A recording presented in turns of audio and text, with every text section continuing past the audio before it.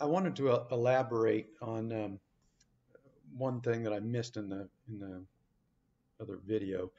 I alluded to it a little bit, but uh, before a big trending move, especially like something moving into a bubble, there's almost always a big pullback. The rubber band gets stretched really far to the downside, so to speak. Extreme pessimistic sentiment, and that sets up the major trending move in the opposite direction. So I was just going to show a couple examples here. So this is the Nasdaq in '98. So without the benefit of a crystal ball, at this point we've got uh, you know a very severe move down, a bounce that's failed, and then a lower low, and we've broken below this yearly cycle low. You know, in real time, this is a broken market. And anyone, I think, on October 8th of '98 would have uh, said, that there's no chance that this market is going higher. We're starting a bear market. This is a broken market. But of course, we know this was not a broken market. This was the sell-off that I'm talking about that gets everyone on the wrong side of the market, that creates a sentiment, um, extreme pessimistic sentiment, and that's the fuel that powers a big trending move or a bubble, depending on what's going to follow. So you can see that this just set the stage for that bubble in the Nasdaq in 2000. Here's another really good example. This is oil.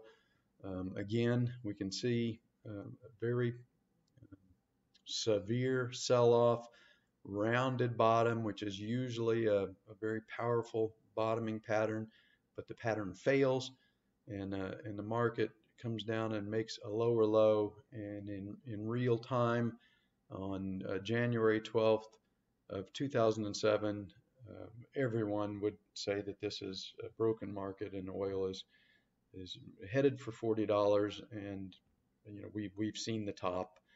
We're not going above $80. You know, obviously, broken market. And again, with the benefit of hindsight, we know that wasn't true. This was the rubber band getting stretched to the downside, creating that massive bearish sentiment, and then that's the fuel that powers. Again, this was another bubble, but this powered that bubble. So oil rallied 200% after this false move lower.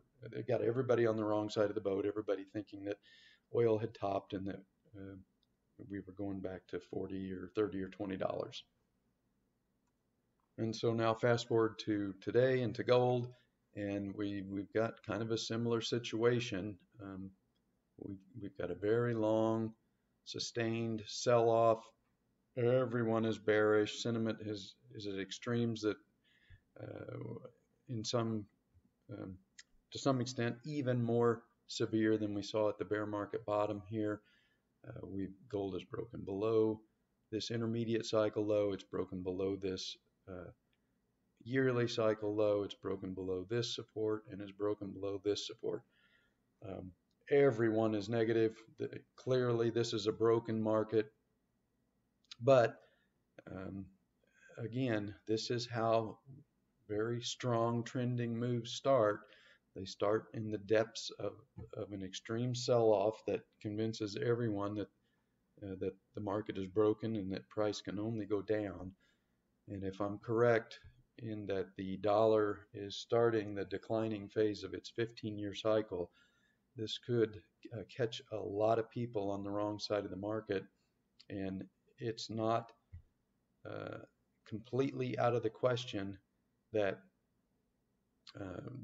during the next intermediate cycle that gold goes much further than anyone is currently expecting, coming back up here to test these highs and maybe even breaking out above these highs.